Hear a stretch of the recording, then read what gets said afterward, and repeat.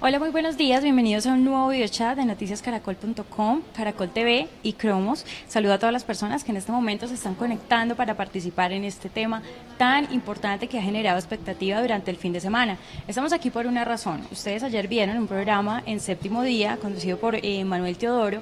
Manuel Teodoro se fue a Estados Unidos y conoció a un niño que asegura haber visitado el cielo. Pues definitivamente este es un tema que nos incumbe a todos y que todas las personas que están allí pendientes seguro tienen muchísimas ganas de opinar. ¿Existe el cielo o no? ¿Esta es una experiencia divina o una alucinación?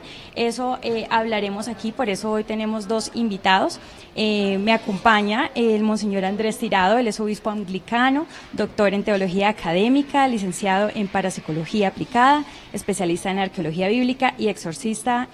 Monseñor, muy buenas. Muy buenas, católico independiente, Católico no anglicano. independiente. Aclaramos Ahí, y no después vale la nos corrección. ponen el problema. Claro que sí. Muchas gracias. Bueno, y también está con nosotros Leonardo Amado, él es psicólogo especialista en estudios sobre la racionalidad humana en las creencias religiosas, él es magíster en filosofía de la Universidad Nacional y docente de psicología, lógica y filosofía de esta universidad y de la Universidad del Bosque, también es activista de la asociación Bogotá Atea. ¿Cómo estás? Hola, Bienvenido. ¿cómo estás? Bien, bien, muchas gracias.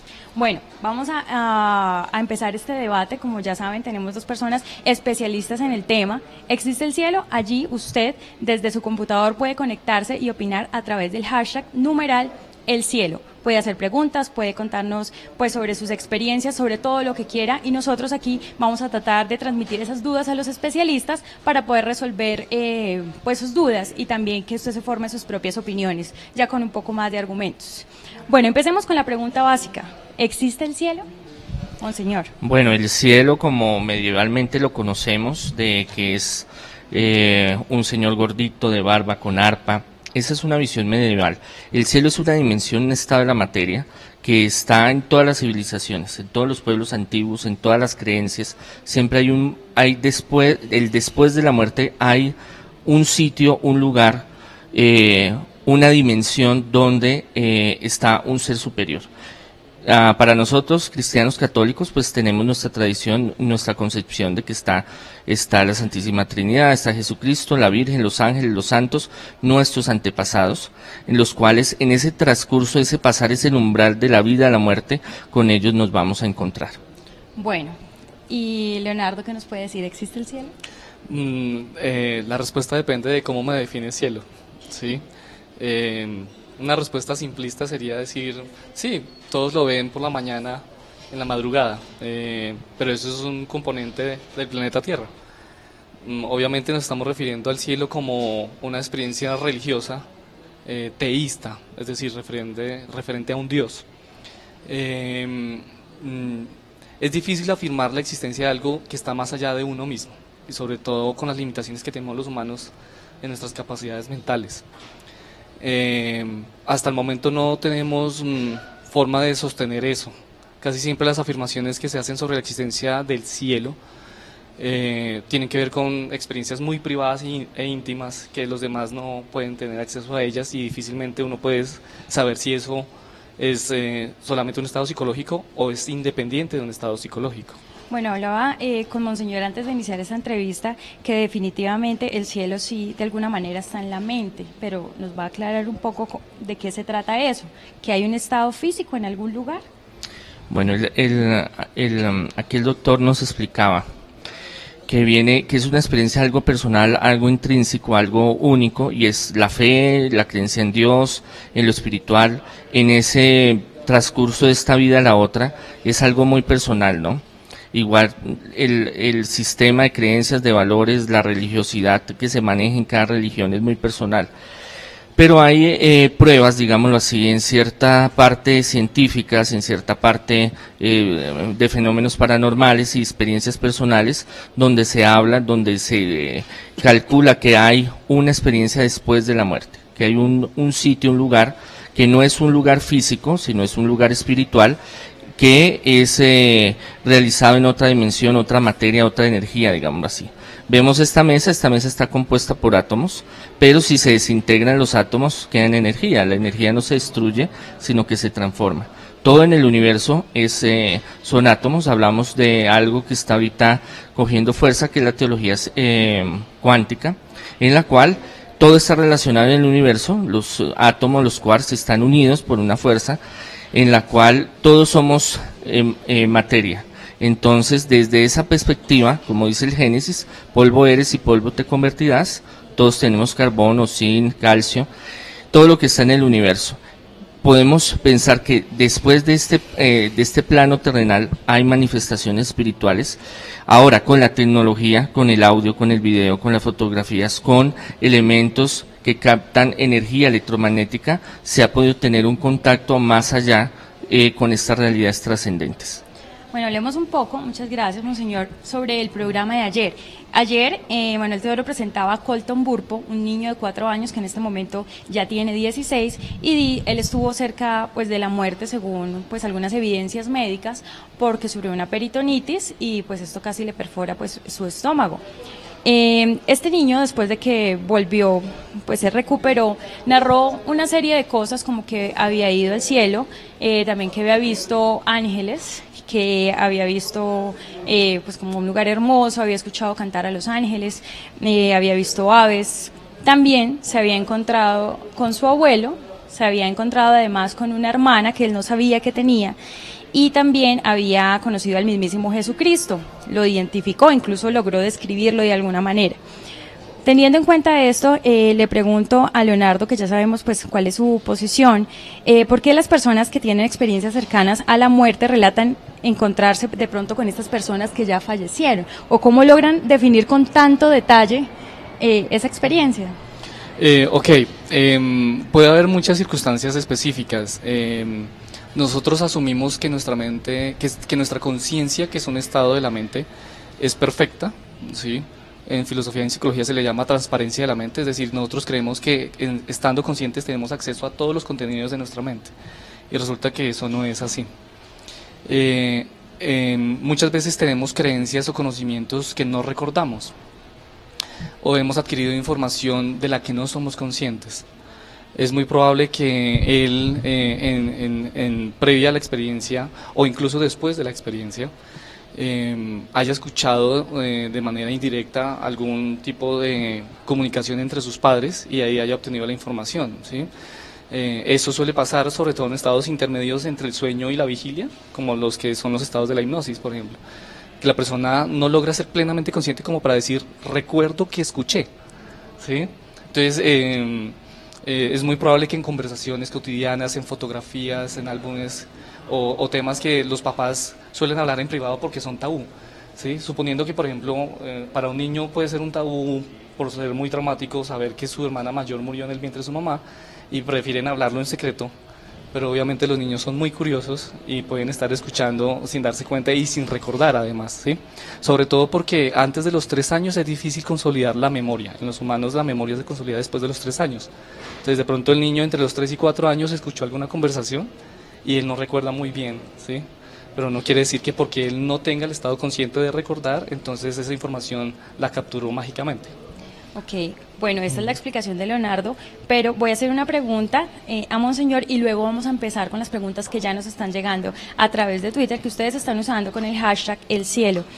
Monseñor, esto nos puede como abrir la puerta a pensar que cuando llegamos al cielo nos están esperando nuestros seres queridos. Muchas personas relatan eso, estaba mi abuelito, mi abuelita, una tía, mi papá que ya murieron. ¿Qué podemos decir sobre esto? ¿Realmente puede pasar?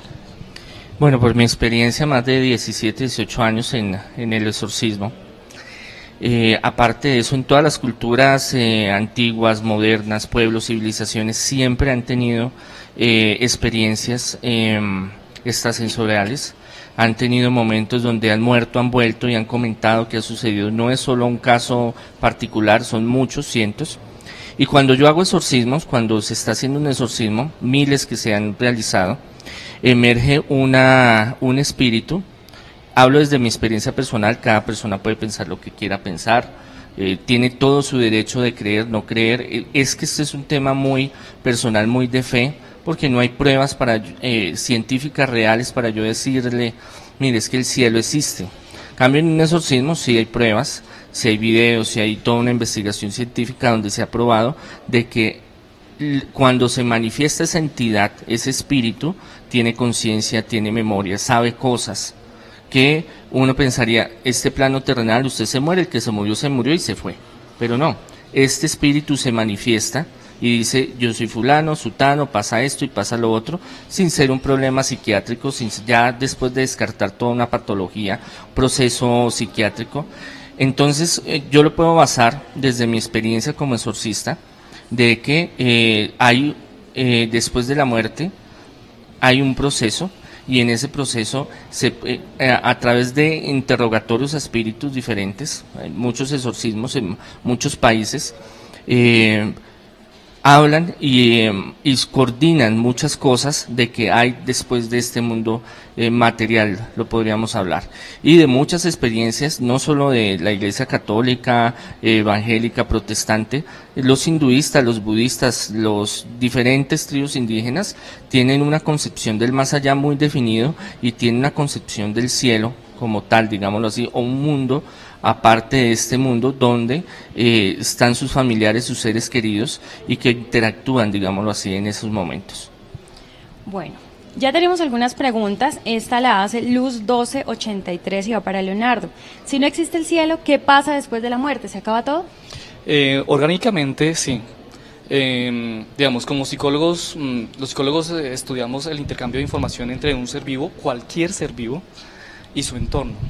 Captura información y producción de información en el entorno. Por algunas circunstancias evolutivas, los humanos tenemos una característica. Lo que define a un ser vivo es tender a mantenerse vivo. La diferencia entre un ser vivo y cualquier otro objeto o sistema del universo es que el ser vivo tiende a mantenerse en estado viviente. Dentro de todos esos seres vivos, algunos tenemos conciencia de nosotros mismos, tenemos conciencia de que vamos a morir. Y eso genera un conflicto entre desear mantenerse vivo y saber que vamos a morir y no va a haber posibilidad de seguir vivo. Eso produce una angustia intensa, muy fuerte, sobrecogedora, que logra obstaculizar cualquier cosa que uno haga en la vida cotidiana. Y por eso es más fácil dejarse llevar por autoengañarse. Eso se llama wishful thinking en inglés, pensamiento ilusorio. Uno confunde un deseo con una creencia. Uno termina creyendo algo que desea. Como uno desea vivir después de la muerte, uno termina creyendo que efectivamente va a vivir después de la muerte. Y cada etnia, cada cultura ha tenido distintas formas de interpretar eso. No, yo no muero definitivamente, sino que me transformo, y entonces la transformación es la resurrección o la reencarnación, ¿sí? Yo paso de ser un humano a ser un jaguar, ese tipo de cosas.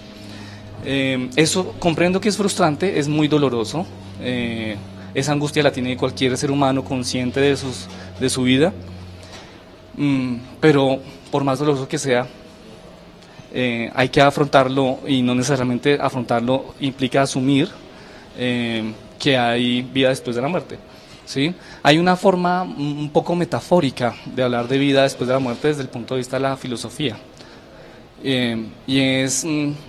Si uno quiere mantener vivo a un ser querido, la mejor forma de hacerlo después de que él muera es vivir como si él existiera, mantener su legado, sus tradiciones, recordarlo, ¿sí? Y eso lo ha hecho el mismo cristianismo, tratando de mantener la figura de Cristo como si estuviera todavía vivo.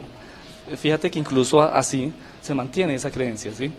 Entonces tú te comportas como si esa persona existiera, como si tu mamá existiera y estuviera muerta, y tú dices, no, pero ella hacía esto, yo también lo voy a hacer, ella me había dicho que hiciera esto, y tú lo haces. Entonces te comportas como si ella estuviera viva, ¿sí? Esa es una forma metafóricamente, de mantener vivo a alguien después de que ha muerto. Bueno, ahora tenemos una pregunta para Monseñor. En los relatos de las personas que han tenido experiencias cercanas a la muerte, algunos aseguran que pueden observar lo que está pasando en la tierra. En el caso del niño, él dice que él vio... estaba como en un plano superior en el techo y podía ver a su papá en una capilla orando. En otro lugar muy diferente, que era donde estaba su mamá haciendo algunas llamadas, donde estaba llamando pues a unas personas para que oraran por él, también dice que pudo observarla. Sus padres dicen, ¿cómo pudo ser esto? Si es que él estaba en una camilla, lo estaban operando y nosotros estábamos en diferentes lugares. Él no escuchó nada. ¿Por qué esas personas pueden decir eso? Como que yo vi cómo orabas. ¿Pudieron tener esa conexión en la tierra sin estar allí? Porque lo ven, porque es que nosotros somos materia y espíritu. Creemos que la materia es la que crea el espíritu, pero es lo contrario, el espíritu le da vida y le da fortaleza al cuerpo, que es lo que nosotros creemos. Ahora, el espíritu es una unidad, es una organización, tiene su conciencia propia. Creemos que la conciencia nace del cerebro, pero no han podido los científicos, y es complicado llegar a la raíz donde nace la conciencia. Entonces queda abierto la idea de dónde viene. Nosotros lo atribuimos que es a lo espiritual, al alma que nosotros tenemos. En muchas ocasiones, cuando estas personas desencarnan, empieza un proceso, uno cree que muere y ¡fum!, se va, listo. Se va al purgatorio, se va al cielo, se va al infierno. No, es un proceso donde él se empieza a desprender de su materia y él puede ver, oír y saber muchas cosas. Hacen algo que se llama el recorrido y se manifiestan a otras personas. Hay casos donde familiares lejanos no sabían que esa persona murió, pero este espíritu, esta alma, esta persona acaba de fallecer o va en el proceso de fallecimiento y se les presenta a diferentes personas y ven y escuchan cosas que obviamente no se habló delante de él, los médicos no sabían, nadie le contó. Simplemente cuando regresa tienen una información que dice, mire, yo vi a fulano, yo vi a sutano, yo vi al doctor tal, que me iba a hacer tal cosa, o yo escuché tal otra, cosas que para la ciencia son inverosímiles, pero en muchos casos, en muchos tiempos y en muchas épocas han sucedido, y entonces eso nos da como una fe, una esperanza de que después de este plano terrenal, después de la filosofía, la psicología, el materialismo y la ciencia que dice que esto ya se acabó, finit, hay algo más que sigue.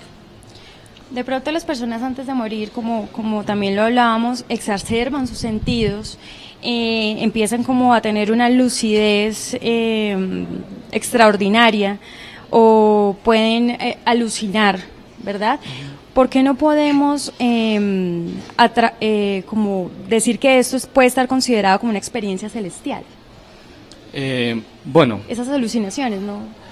Habría que mirar si son realmente alucinaciones, ¿no? Porque, digamos, un problema frecuente en psicología, y lo decía Piaget, el psicólogo y filósofo, a diferencia de otras ciencias, es que todo el mundo se cree psicólogo al respecto, ¿sí?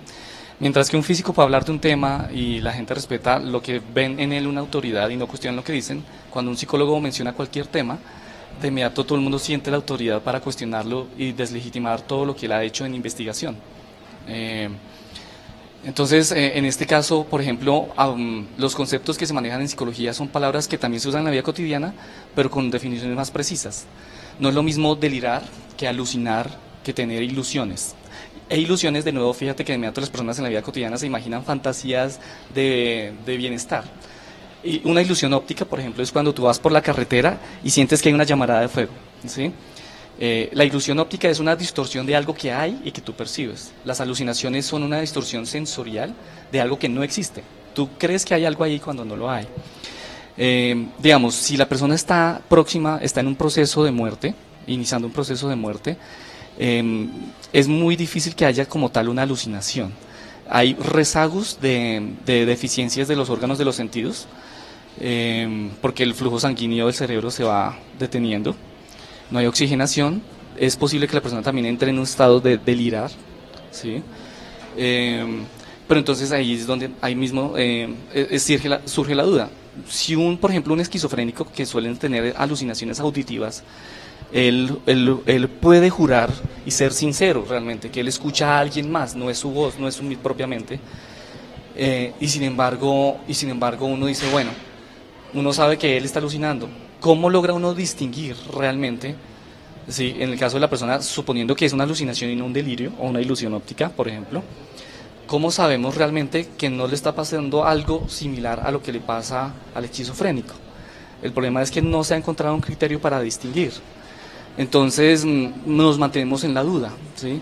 Porque la perspectiva de la ciencia es que cualquier cosa que uno afirme debe soportarla fuertemente, sea por vía de la lógica y la matemática y la estadística, o sea por medio de registros de la experiencia.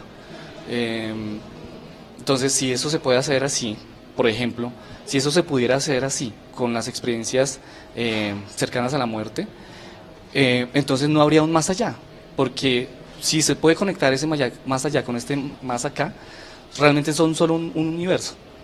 Hay un continuo ahí, entonces no tendría sentido hablar de un más allá, porque es parte de la misma materia, hay conexiones causales entre unas cosas y las otras.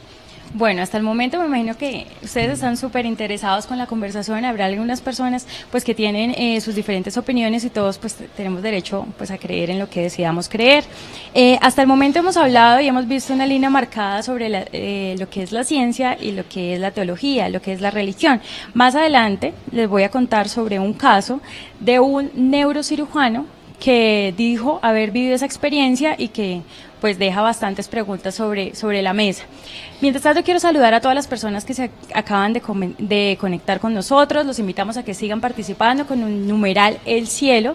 Les recordamos que estamos acá hablando, teniendo una conversación sobre el programa de ayer de Séptimo Día, que también fue trending topic a nivel nacional. Ustedes mismos pues lo comentaron, opinaron y pues ese es el momento también para solucionar un poco esas dudas y también para generar nuevas preguntas. También queremos saludar a toda la audiencia que está conectada a través de Cromos y de caracoltv.com. Bueno, les voy a contar un poco de la historia y cada uno me dice por favor su punto de vista. El doctor Ivan Alexander es un neurocirujano que asegura haber ido al cielo tras una experiencia cercana a la muerte. Tuvo una meningitis bacteriana causada por la bacteria E. coli, en donde su neocórtex sufrió lesiones severas y asegura que le era imposible alucinar, pues su cerebro estaba apagado. En su relato dice que logró alcanzar un conocimiento superior del universo y percibir la presencia de un gran núcleo, al que se atreve a definir como Dios. ¿Qué podemos decir de esto? Esta persona, este neurocirujano, le explicamos a las personas que están allí, a los usuarios, dice: básicamente la bacteria que yo tenía dañó mi cerebro, dañó mi neocórtex. En el neocórtex es donde se producen las alucinaciones y este tipo de cosas. Físicamente yo no podía alucinar ni ninguna de esas cosas, o sea que lo que viví es real. ¿Qué podemos decir de este caso, monseñor? Definir estos fenómenos paranormales, místicos, espirituales, es muy complejo porque bajo el método científico tocaría diseñar un método para lo paranormal, un método para una experiencia personal, y es muy complicado, y ese es el problema que ha tenido la ciencia. ¿Por qué? Porque es muy difícil de llevar un proceso continuo de investigación a casos que son muy diferentes entre ellos, pero que tienen una similitud, que hay una trascendencia, que hay algo más allá. Yo creo por fe y por experiencias que yo he tenido personales y de muchísima gente que he colaborado a través de los años, de que hay un reino de los cielos, que hay un más allá, que hay experiencias sobrenaturales. Al ir a una casa infestada de espíritus, por ejemplo, cuando hay poltergeist, cuando hay actividades paranormales, pues hay toda una serie de preguntas sobre el más allá o la otra dimensión, llamémoslo así, o el mundo intermedio, que científicamente no podemos darle una respuesta, pero que existe y son, y ya va mucho en el criterio personal de cada uno qué quiere creer, si quiere creer que hay un Dios, que hay una espiritualidad, que hay un mundo intermedio, que hay un mundo después de este mundo, o simplemente decir esto, el que le ocurrió a este científico pues fue que se la fumó verde y que le pasó algo a él y eso es a él y eso ya se acabó acá. Entonces es algo muy personal, todo lo que es espiritual, todo lo que es trascendente es muy personal, único, digámoslo así. Pero cree que las personas de pronto viendo este testimonio, no de nadie que tenga que ver con el sacerdocio, con la religión, con un científico, le aporte más a la fe, diga sí, tal vez tengo que creer por esta razón. Lo que pasa es que el creer o no creer es algo personal. Por ejemplo, yo me siento con un ateo o una persona que no crea. Yo le digo, bueno, yo le respondo, si usted no cree, mientras usted maneja unos valores, una ética, una moral, está muy bien para la sociedad. Porque yo no le puedo imponer una fe, la fe nace, o sea, la creencia o el creer o el identificarse con una ideología, una religión, una espiritualidad, es muy personal. Ahora, que él, como otros científicos, no es el único, hable de que dé la puerta para que las personas, digamos, de varios niveles y sobre todo los más altos, los más intelectuales, puedan decir, bueno, hay que investigar, miremos qué fue lo que pasó, pues abre como esa brecha para que no descartar y decir que simplemente, no, es una tontería, es una cosa que es de la imaginación o es algo que sucedió y ya, sino que a los fenómenos paranormales, a los fenómenos trascendentes, le empiecen a dar un valor un poquito más a profundidad. Bueno, muchas gracias, monseñor. Y hago la misma pregunta Ok. sobre el caso específicamente de este neurocirujano. Sí, habría que evaluar con cuidado cada afirmación que él hace, porque si realmente su cerebro hubiera estado completamente apagado, hubiera tenido una muerte cerebral, y eso es el dictamen definitivo para decir que alguien ha muerto. También cuando se dice que la bacteria destruyó su neocórtex, es grave porque entonces ¿cómo podría estar hablando y diciendo eso? Los neurocientíficos y los psicólogos sabemos que él no podría estar hablando sin su neocórtex. Y el problema es que las neuronas del neocórtex, que están en la superficie del cerebro, en la parte frontal de nuestra cabeza, aquí, no se regeneran. Es decir, si la bacteria destruyó su neocórtex, él no estaría vivo, o si estuviera vivo estaría en coma, no estaría hablando. Hay algo que debe tenerse claro, por eso se llaman experiencias cercanas a la muerte. No hubo una muerte definitiva, no hubo una muerte cerebral, por ejemplo. La persona estuvo a punto de morir, pudo haber tenido un infarto, incluso, pero eso no garantiza que haya tenido una muerte cerebral, ¿sí? Y también depende de la reconstrucción del pensamiento, porque Alexander dice que si su cerebro estaba completamente apagado, entonces todo lo que él recuerda tuvo que haber sido una experiencia de su alma y no de su cerebro. De nuevo, no estaba su cerebro completamente apagado, quiere decir que había algún funcionamiento, pero incluso si hubiera estado muerto, hay algunos estudios que los neurocientíficos manejamos y los psicólogos en burlas mutuas, ¿sí? Unos psicólogos, para mostrar que la investigación neurocientífica a veces tenía sus defectos, pusieron un pescado muerto en una resonancia magnética y arrojó funcionamiento cerebral cuando el pescado estaba muerto. Entonces hay que tener mucho cuidado con esas investigaciones. Es muy probable que él haya reconstruido los hechos en el proceso de acercarse a la muerte o de regresar de la experiencia cercana a la muerte, ¿sí? Es sorprendente que él, siendo neurocirujano, diga esto. Se puede correr en el error de lo que se llama falacia de apelación de autoridad. Las personas van a decir, mire, es un científico, eres un experto en el tema además, entonces ¿por qué no está diciendo la verdad? ¿Sí? Pero, por ejemplo, Oliver Sacks, un psiquiatra y neurólogo y neurocirujano también, que se hizo muy famoso, murió hace poco. Él escribía novelas con los casos de sus pacientes, ¿sí? Una de esas es Un antropólogo en Marte, o El hombre que confundió a su mujer con un sombrero. Y él le hizo críticas a Alexander, señalándole que, siendo neurocientífico, era curioso que él no tuviera cuidado de las afirmaciones que estaba haciendo. Pareciera que no conociera el tema a pesar de su titulación, ¿sí? Y me gustaría hacer otra distinción que es muy importante, que a veces uno da por sentado, ¿sí? Lo que pasa es que esa distinción la hacemos los filósofos y es complicada. El que uno sea sincero cuando diga algo no quiere decir que lo que está diciendo es verdadero. Entonces, ser veraz, es decir, decir la verdad, no es lo mismo que ser sincero. Y lo mismo, mentir no es lo mismo que decir algo falso. Tú puedes mentir diciendo la verdad, ¿sí? Entonces no se está cuestionando exactamente la sinceridad de esas personas. Es claro que ellos han tenido experiencias, las están narrando. Cuando yo era religioso, yo tuve experiencias no cercanas a la muerte, pero tuve experiencias que uno podría llamar trascendentes, místicas, espirituales, y soy sincero cuando las reporto. Las viví, eran muy parecidas a las que ellos narran, pero yo no sentía ningún Dios ahí, ¿sí? No sentía una persona distinta de mí, alguien con su propia voluntad, memoria e inteligencia. No sé quiere decir que entonces ellos quieran mentirnos, ¿sí? Sino que ellos, digamos, por la experiencia tan vívida y tan fuerte, les parece imposible creer que eso es falso, ¿sí? Entonces, ¿puedo contar una pequeña historia de por qué? Claro que sí. Ok, bueno. Hay una anécdota. Imaginen un barco antiguo, está el capitán y los marineros, y había un marinero que se embriagaba constantemente, y el capitán le advirtió: usted se embriaga una vez más y yo lo anoto en la bitácora, que es como el diario de los barcos. El marinero no le hizo caso, se siguió embriagando. El capitán, obviamente, no le gustó ese castigo, obviamente iba a perder su trabajo, y en un descuido del capitán abrió la bitácora y escribió lo siguiente: el capitán estaba sobrio hoy. Quien lea esa bitácora y no haya estado en el barco va a pensar que el resto de días el capitán estaba ebrio, ¿sí? Sin embargo, era verdad que él estaba sobrio ese día, entonces él mintió diciendo la verdad, ¿sí? Entonces, por eso hay que distinguir entre ser sincero y decir la verdad. Uno puede ser sincero diciendo algo falso, pero no sabe que es falso, o le cuesta creer que es falso. Entonces no se trata de que ellos estén mintiendo, han tenido sus experiencias. Bueno, hay una pregunta que hace Juan G. para Leonardo. ¿Nunca ha tenido dudas sobre lo que piensa del cielo? ¿Jamás ha imaginado que efectivamente sí existe? Claro, lo que diferencia el pensamiento religioso del científico es que el pensamiento científico se mueve por la duda. Es decir, claro que hay científicos dogmáticos y los hay muchos, ¿sí? Pero lo que caracteriza el pensamiento científico es la duda más que la certeza. Uno como científico debe estar propenso a cuestionar todo lo que cree, porque en cualquier momento puede pensar que es falso, ¿sí?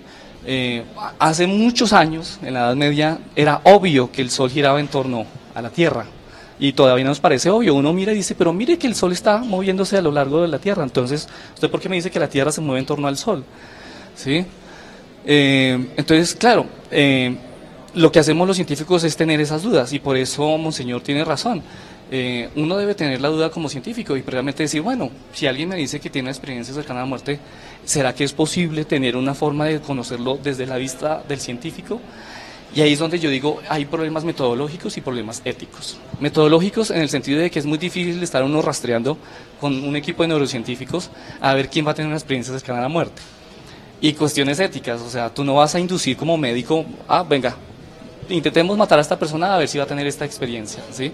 Eso es, e incluso, si tú tuvieras el equipo a la mano, por alguna razón de buena suerte, también sería antiético porque la persona está muriendo y la responsabilidad del equipo médico es salvar la vida, ahí la investigación pasa a un segundo plano.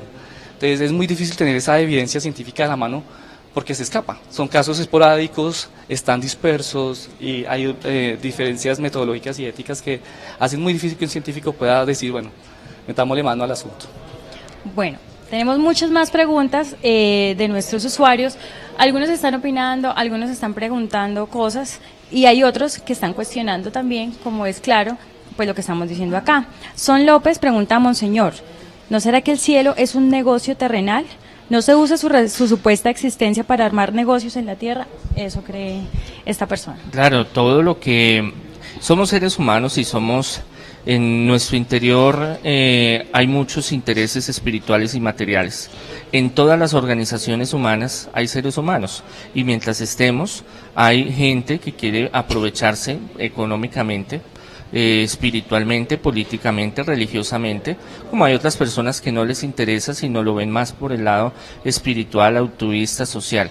Depende de lo que busquemos. En todas las organizaciones hay factores positivos, factores negativos. Como decía San Pablo, busquen, estudien, cojan lo bueno y dejen lo malo. Hay un tema, Monseñor, que es la religión y que es Jesucristo. La gran promesa de Jesucristo es la de la salvación, y la salvación es la vida eterna, es llegar al cielo. Entonces, muchas personas alrededor del mundo, no son pocas, son bastantes, la mayoría, que tienen un credo, creen en esa salvación, en ese segundo plano. ¿Qué le podemos decir a esas personas que están allí y que de alguna manera una persona con el estudio y con la creencia de Leonardo están viendo este video chat? Como lo hablábamos, estas son experiencias muy personales y muy de fe. No podemos darle un fundamento científico porque no hay cómo organizarlo para poder decir, mire, el cielo, usted sale, coge el bus, el Transmilenio, el carro, por todas las 68 y llega y ahí es el cielo. Es algo muy personal, pero la fe y la creencia en nosotros y de muchos santos y mucha gente que ha tenido estas experiencias paranormales es esa promesa que Jesucristo nos hace de la vida eterna, de la inmortalidad, de estar en la presencia de Dios, en la felicidad eterna, y eso es lo que nosotros esperamos. Aparte de que haya fundamentos científicos que lo aprueben o lo desaprueben, es algo muy personal y algo muy íntimo de la fe y la creencia que nosotros tenemos de que hay algo después de la muerte. Bueno, antes de ir con más preguntas, vamos a hablar un poco de quiénes son nuestros invitados. Como antes mencioné, Monseñor Tirado también es un reconocido exorcista. Es una persona que ha tenido contacto, ha tenido cercanía y mucha experiencia en ese plano paranormal, por decirlo de alguna manera. Una persona, hablábamos, que conoce el demonio de alguna manera, puede hablar de Dios, puede hablar del cielo. ¿Cómo ha sido esa experiencia? ¿Cómo ha visto usted a Dios y la espiritualidad en esas experiencias tan complejas como son los exorcismos? Cuando yo entré al ministerio del exorcismo, de la liberación entré por una sanación. Alguien vino, me pidió, está en el seminario, me pidió una oración y se sanó. Sea cualquier respuesta científica, sugestión, bueno, lo que quiera. Lo importante fue que se sanó. Y eso a mí me dio una vuelta, porque yo tenía una mente mucho más arraigada hacia la parte científica y a la parte de la teología científico-crítica, en la cual todo se maneja bajo un método. Después empieza a llegar mucha gente a pedir oración, y en muchas de esas oraciones hay sanaciones, y en una de esas se emerge una doble personalidad, un espíritu que se manifiesta. Eso ya hace muchos años. Y de ahí empieza mi obsesión, llamémosla así, por saber quién es, cómo es, por qué está. Y entonces esa entidad dijo, mira, yo estoy aquí por fulano, me mandó sutano, estoy haciendo esto, hay tal trabajo de brujería en tal cementerio, está en tal parte, está así, así, así, y hay que sacarlo para que yo me pueda ir. Y bueno, se hizo el exorcismo, se fue al cementerio, se sacó todo eso, se encontró, que eso fue lo que a mí más me causó congestión mental, digámoslo así, porque yo no creía que eso fuera así. Pensé que era un desdoblamiento mental, un problema psiquiátrico o alguna cosa, cuando empiezo a ver muchos casos que me empiezan a llegar y empezamos a interactuar. Personalmente, yo siempre lo digo en las conferencias, en los cursos que doy, una fehaciente realidad de que Dios existe es que en una posesión se manifiesta el demonio. Bueno, hay muchos espíritus que se manifiestan, el demonio como tal, hay muchos demonios, muchas categorías, y que hay muchas manifestaciones terroríficas, a veces difíciles, que uno puede decir, bueno, esto excede la realidad, excede la experiencia científica o la experiencia de una gente, y ya le dan a uno unos fundamentos. Por eso lo hablo de caso personal mío, y de otras personas pues que también con el tiempo pues los han ido experimentando, donde uno ve que sobrepasan las cosas que uno cree que son, que hay en el mundo paranormal o extrasensorial o del más allá, hay muchas cosas que nosotros damos por sentados, como decía el doctor, pero que en realidad no lo están. Entonces hay que investigar, hay que profundizar, obviamente sin dejarse uno ir por un lado, por el otro, sacar sus propios criterios, pero siempre dejar la puerta abierta, no cerrarse, no es que el cielo no existe, no es que el demonio no existe, no es que Dios no existe, no, dejar la puerta abierta, puede ser que sí, puede ser que no, cada uno tiene que buscar sus propias respuestas. O sea, monseñor, que el infierno también está por ahí, como podemos ir al cielo, también podemos ir al infierno. Claro, y el mundo intermedio y el purgatorio también existen. El mundo intermedio, hay espíritus que cuando están en el proceso de desencarnación no se quieren ir, entonces quieren quedarse en un sitio. Dios les dio libre albedrío, su libertad.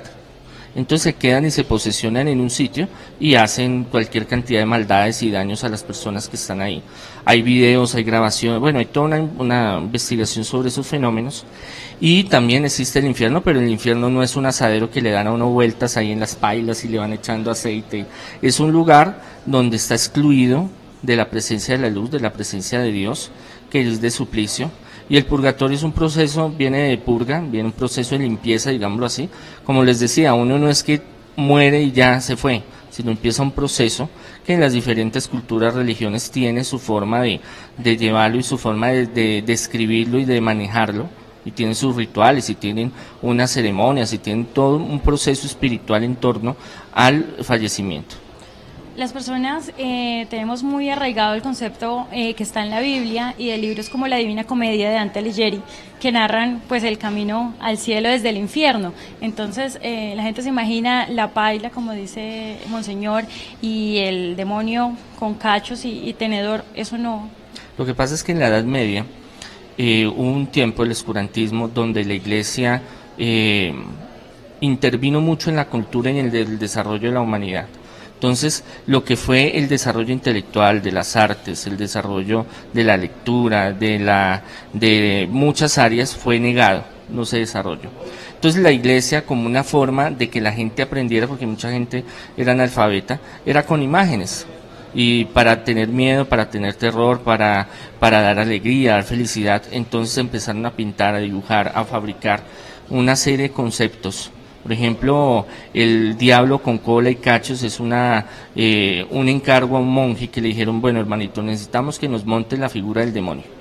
Entonces él cogió varias culturas y dijo, bueno, los cachos de tal, el tridente de tal, la cola de tal, y ahí tengo su mamarracho, y ese mamarracho es la figura con que ustedes van a manejar el concepto del demonio, pero no es así. Bueno, ya como hablamos de Monseñor, les cuento también por qué está aquí Leonardo Amado. Él también tiene estudios en teología de la Universidad Javeriana y en pocas palabras fue seminarista católico. Él se estaba preparando para ser sacerdote, pero en algún momento de su vocación le generó muchísimas dudas y decidió replantearse sus creencias. ¿Nos puedes contar un poco de eso? Ok, mis papás son católicos, el católico en comunión con el Papa en Roma, ¿sí? Porque hay varias iglesias católicas. Pero es el católico promedio que de vez en cuando va a misa, comulga una vez al año, ¿sí? Que reza y peca y empata. Entonces ellos no tuvieron mucha influencia en mí para la formación religiosa. A los 12 años entré por mi propia cuenta a un grupo juvenil religioso de una parroquia. Y me fui adhiriendo muchísimo, sobre todo al misticismo. Me gustaba mucho leer biografías de santos místicos, más que de misioneros. Eran más las experiencias precisamente de ese tipo, porque las solía tener. Terminando el bachillerato, ingresé a la formación de los misioneros de la Preciosísima Sangre de Cristo, una comunidad joven aquí en Colombia, pero es antigua en otros países. Surgió con el imperio de Napoleón III. Y su carisma es, como lo dice el nombre, es la sangre, que para los cristianos es el símbolo de la reconciliación. Y ellos trabajan en zonas de conflicto, pero también en conflictos de pareja, de familia, de vecindades. Su enfoque es la reconciliación, muy importante para el país. Y teniendo 18 años hice misión religiosa en los Llanos Orientales cuando estaba dominado por los paramilitares. Curiosamente yo místico y hacía misión. ¿Sí? Y tan joven además, era un niño. Entonces yo contrastaba la experiencia de la oración con el conflicto tan fuerte, tan marcado, y eso me generó una crisis muy fuerte. Yo ya venía con la crisis de la formación académica en la Javeriana. El curso de lógica era obligatorio, no sé si todavía lo es para los sacerdotes en formación o los seminaristas. Y mi preocupación era buscar ser coherente con mi creencia religiosa. Yo tenía una fe muy profunda, buscaba que todo estuviera marcado por mi fe, todo lo que hacía, cualquier cosa que hacía en el día. Cargaba mi rosario en la mano, siempre además me reconocían por tener el rosario en la mano, con la cruz de San Benito, curiosamente, ¿sí? Es el santo de los exorcismos. Pero empecé a darme cuenta de que aparecían inconsistencias que no podía resolver, no podía dirimir, solucionar, y eran muchas y muchas y muchas, y empecé a entrar en crisis y yo decía, porque yo me formo pensando que mi creencia es la correcta y las demás no lo son. ¿Cómo sé yo eso? Viendo la guerra, el sufrimiento que se ha tenido aquí en el país, un sufrimiento también personal porque he tenido que pasar por muchas tristezas muy fuertes, y entré en una crisis además que muchos compañeros de la universidad y compañeros de la comunidad religiosa me hacían bullying, matoneo. Entonces yo estaba cargadísimo de estrés, tenía muchísimo estrés y empecé a encontrar conflictos políticos, económicos, sociales, psicológicos, filosóficos, lógicos, en todo lo que veía en los cursos. Y eso estalló en diciembre del 2004. Fue una época muy dolorosa de mi vida y salí de la formación religiosa. Duré un tiempo pensando qué iba a hacer con mi vida y también cuestionándome si iba a seguir creyendo o no. Fue un año completo, el 2005, en donde tenía sueños terribles, sí, no sabía, tenía una angustia muy fuerte hasta que dije no más. Yo siento que esto tiene más de malo que de bueno y decido no seguir creyendo. ¿Sí? Decido formarme como psicólogo para investigar el razonamiento humano. ¿Qué conexión tiene eso con mi propia vida? Porque muchos de los problemas que había tenido con muchas personas se debían a problemas de comunicación y de razonamiento. Que tú dices una cosa y los demás te atribuyen mensajes escondidos que tú no habías dicho, o que tú mismo no sabes expresarte a los demás y eso genera conflicto, el conflicto que tanto buscaba resolver por medio del carisma de la comunidad. Y me especialicé en eso y ya pues desde el 2005 hasta la fecha. Perfecto, bueno, era importante que también conociéramos esto pues de nuestros invitados y vamos con más preguntas. Elisa 32 pregunta, si damos por hecho que el cielo existe, Monseñor, ¿cómo llegar hasta allá? ¿Cómo llegamos al cielo? Es un proceso de vida, digámoslo así, un proceso espiritual. Lo que Jesús nos muestra es el camino, por eso Él dice, yo soy el camino, la verdad y la vida. Ser consecuente en nuestra vida, la ética, la moral y la parte espiritual, alimentarla todo el tiempo. El reino de los cielos, Jesús, desde nuestra perspectiva cristiana católica, Él nos regala esa oportunidad, esa entrada. La llave del reino de los cielos es Jesucristo. Es desear estar allá. Pero el lugar donde nosotros queramos estar en el reino de los cielos sí tenemos que lucharlo, tenemos que trabajarlo espiritualmente en este mundo para poder estar allá y gozar de esos beneficios, de esos tesoros que vamos a llevar para allá espirituales. Eso es lo que nosotros creemos, es lo que esperamos y es una lucha constante espiritualmente, personalmente, familiarmente, socialmente. No es fácil ser bueno en una sociedad que es complicada, es caótica, pero ese es el reto para en estas épocas, es el llamado que Jesús nos hace para que nosotros creamos en Él, en lo que Él nos ha mostrado ese camino para llegar a esa eternidad. Monseñor, y si una persona no cree en Dios, no cree en el cielo, ¿puede ir al cielo? La misericordia de Dios es muy grande. Que nosotros no creamos en una cosa no quiere decir que no exista. Muchas veces hay cosas que no vemos, por ejemplo la electricidad no la vemos ya materializada en un foco, en una luz, pero existe. El aire no lo vemos, pero está. Hay muchas formas muchos ejemplos que podemos citar. Ya en el momento en que cada uno tenga que entregar su vida, Dios, Jesús le va a decir cuánto amor. Y amor es servicio, es ética, es moral, son estándares morales, sociales, donde así no crea en Dios o no trabaja en la espiritualidad, pero Dios sí cree en el ser humano y Dios en su infinita misericordia le da la oportunidad para empezar ese proceso. Como les decía, uno desencarna y no es que ya fue para un lado para el otro, es un proceso y en ese proceso Él nos abre la puerta.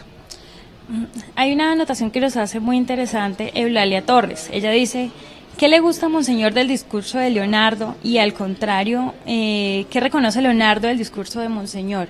Y les voy a dejar un momentico para esa pregunta y también quiero aprovechar para saludar a la cantidad de personas que en este momento están enviando sus inquietudes, sus preguntas y les recuerdo que si llegaron un poco tarde, de pronto este video chat, pueden revivirlo más tarde en www.noticiascaracol.com. Allí van a encontrar este video chat y otras noticias también de su interés, pero si quieren revivirlo, compartirlo, también va a estar ahí para que ustedes puedan usarlo. Entonces empecemos con Leonardo. Bueno, reconozco una actitud diplomática, sí, su intento de reconciliarse con la ciencia, aunque a veces siento que patina un poco, sí, digamos. Él también reconoce que las experiencias cercanas a la muerte y las experiencias místicas y religiosas son de carácter privado, personal, íntimo, lo cual también afirmamos los científicos y por lo tanto desde la perspectiva científica el problema está precisamente que si son tan íntimas es muy difícil tener una garantía de la veracidad de ellos, ¿sí? Entonces en ese sentido reconozco, digamos, esa apertura. Y me parece muy sana, Monseñor. Bueno, claro está, yo no soy científico, soy un hombre de fe. También yo escribí un libro que se llama Cómo enfrentar al demonio y vencerlo, donde habla sobre cosas espirituales, y mi biografía que se llama Mi vida como exorcista. Yo tuve una vida muy difícil de niño, muy complicada, de joven fui pandillero, también empecé en grupos de oración, me llevaron a grupos de parroquia, estuve en los scouts.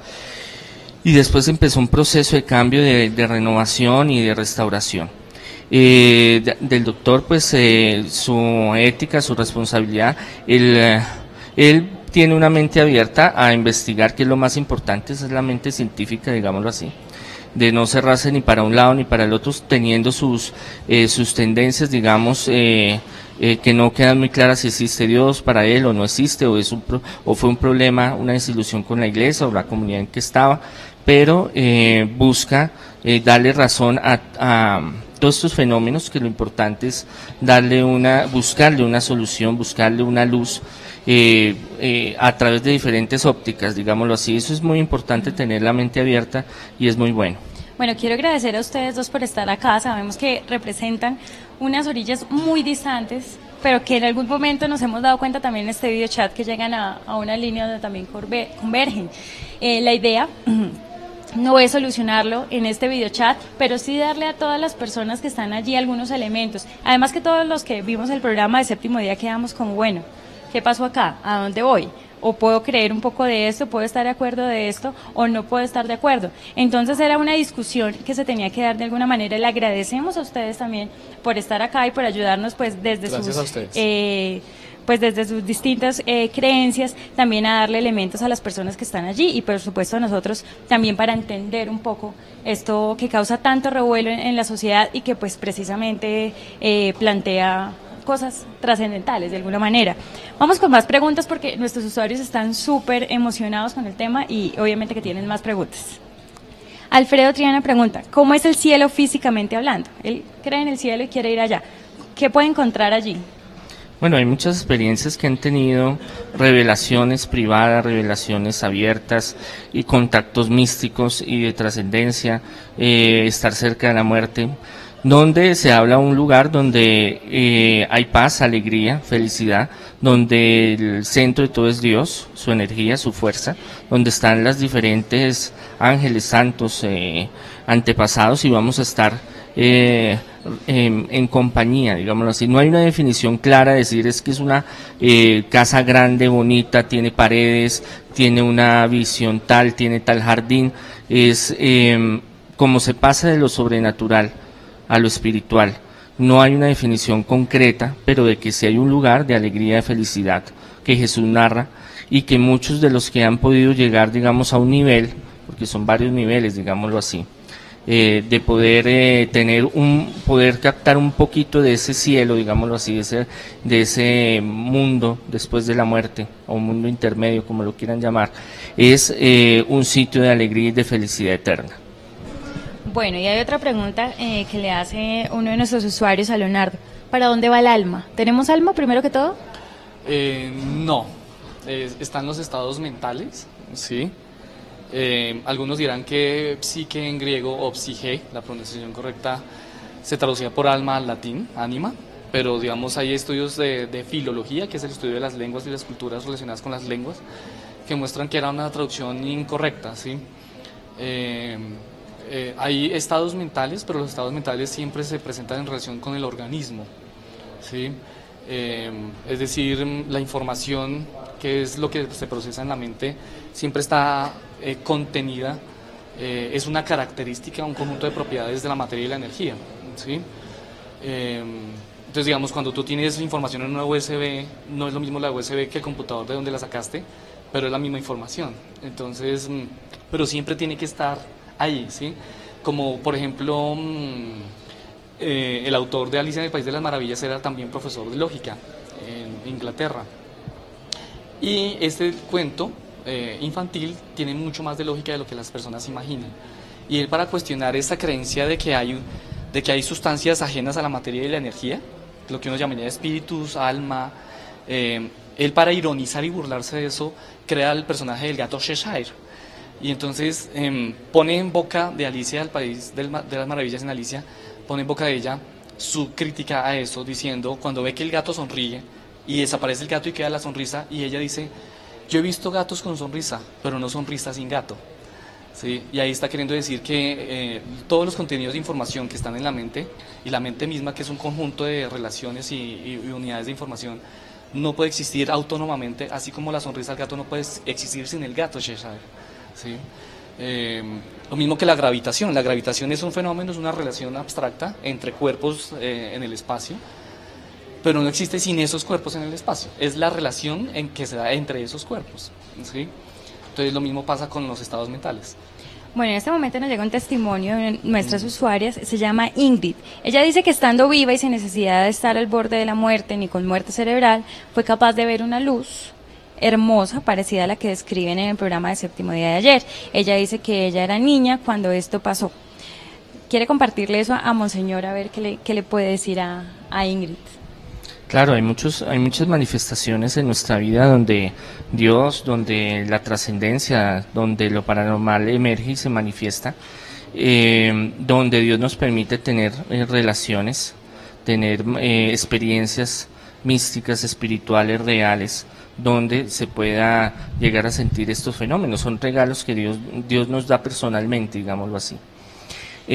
Por ejemplo, el alma para nosotros y para mí existe totalmente. ¿Por qué? Porque he visto muchos casos, por ejemplo, de posesiones, donde tuve un caso de una muchacha de 20 años que hicieron un trabajo de brujería, le introducieron un espíritu de una anciana, y esa anciana había muerto por problemas de huesos, y esta chica quedó en silla de ruedas, no se podía mover, ya ni podía comer.